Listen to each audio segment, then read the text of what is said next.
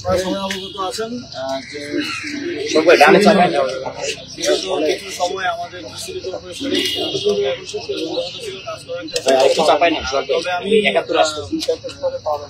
ধন্যবাদ দিতে চাই। অবশ্যই এটা একটু আগে দেওয়া হয়ে যাবে।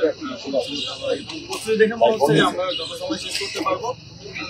আমাদের দুই সিটি কর্পোরেশনের সকল পর্যায়ের কর্মচারীরা এবং পরিচ্ছন্নতা কর্মীরা অনেক পরিশ্রম করে যাচ্ছেন এবং দুজন প্রশাসক যে কমিটমেন্ট দিলেন যে আজকের মধ্যেই সিংহভাগ পরিচ্ছন্নতা করা সম্ভব হবে এবং আরো আজকের মধ্যে শতভাগই সম্ভব হতো যদি নির্ধারিত যে কোরবানির স্থান আসলে দেওয়া হয়েছিল সেটা সবাই মেনে চলত। তবে যেটা আমাদের ঢাকা উত্তর সিটি কর্পোরেশনের প্রশাসক বললেন যে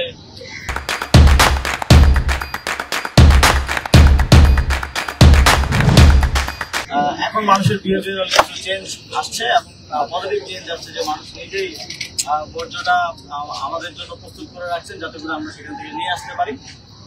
তবে আরো যদি আমরা নিয়ম মেনে চলি, যথাস্থানে কোরবানিটা দিই, তাহলে আমাদের কর্মীদের জন্য বিষয়টা সহজ হয়ে যায়। এটা সবাইকে আসলে বিবেচনায় রাখতে হবে যে পরিচ্ছন্নতা কর্মীরা তাদের ঈদের দিনটাকে বিসর্জন দিয়ে ত্যাগ করে কিন্তু এই কাজটা করছেন। আমরা সবাই যার যার পরিবারের সাথে ঈদ উদযাপন করছি, কিন্তু আমাদের পরিচ্ছন্নতা কর্মীরা এই সময়টা আমাদের শহরটা যাতে আমাদের বসবাস উপযোগী থাকে, এই 2 কোটি মানুষের শহর যাতে বিষাদময় না হয়ে যায়, সেজন্য এই 20,000 পরিচ্ছন্নতা কিন্তু তাদের ঈদটাকে বিসর্জন দিচ্ছে। তাদেরকে আমরা সবাই সহযোগিতা করি। এখনো যেহেতু পরিচ্ছন্নতা কার্যক্রম চলছে, আপনারা যার যার ময়লাগুলো পরিষ্কার করার ক্ষেত্রে সিটি কর্পোরেশনের পরিচ্ছন্নতা কর্মীদেরকে দেওয়ার ক্ষেত্রে আপনারাও একটু সহযোগিতা করবেন। কোরবানির যেই ধর্মীয় জায়গা থেকে আমরা করে থাকি তার কিন্তু একটা অংশ কিন্তু পরিচ্ছন্নতাটা রক্ষা করাও, তো এটাকে কোরবানির একটা অংশ হিসেবে মনে করেই আমাদেরকে সহযোগিতা করতে হবে। এই সহযোগিতাটা আমরা নগরবাসীর পক্ষ থেকে করতে চাই।